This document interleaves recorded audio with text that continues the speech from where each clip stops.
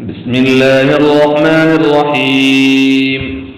تبارك الذي بيده الملك وهو على كل شيء قدير، الذي خلق الموت والحياة ليبلوكم أيكم أحسن عملا وهو العزيز الغفور، الذي خلق 7 سماوات طباقا ما ترى في خلق الرحمن من تفاوت فارجع البصر هل ترى من فطور ثم ارجع البصر كرتين ينقلب إليك البصر خاسئا وهو حسير، ولقد زينا السماء الدنيا بمصابيح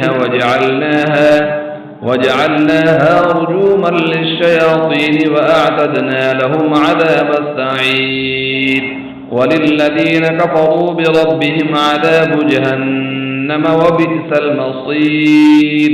إذا ألقوا فيها سمعوا لها شهيقا وهي تفور تكاد تميز من الغيظ، كلما ألقي فيها فوج سألهم خزنتها ألم يأتكم نذير؟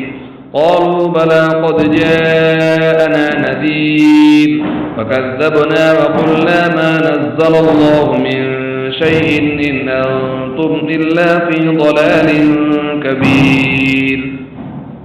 وقالوا لو كنا نسمع أو نعقل ما كنا في أصحاب السعير، فاعترفوا بذنبهم فسحقا لأصحاب السعير. إن الذين يخشون ربهم بالغيب لهم مغفرة وأجر كبير. وأسروا قولكم أو اجهروا به إنه عليم بذات الصدور. ألا يعلم من خلق وهو اللطيف الخبير. هو الذي جعل لكم الأرض ذلولا فامشوا في مناكبها وكلوا من رزقه وإليه النشور.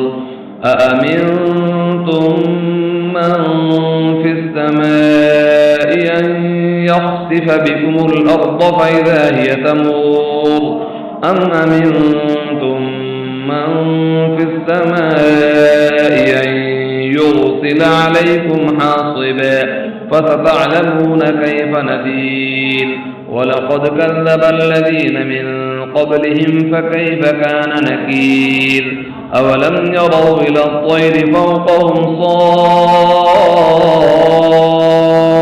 صافات ويقبضن ما يمسكهن إلا الرحمن إنه بكل شيء بصير.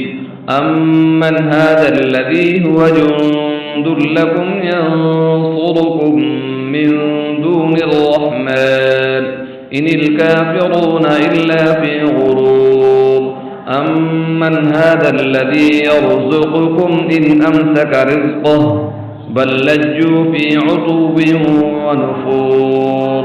أفمن يمشي مكبا على وجهه أهدى أمن يمشي سويا على صراط مستقيم. قل هو الذي أنشأكم وجعل لكم السمع والأبصار والأفئدة قليلا ما تشكرون. قل هو الذي ذرأكم في الأرض وإليه تحشرون. ويقولون متى هذا الوعد إن كنتم صادقين. قل إنما العلم عند الله وإنما أنا نذير مبين.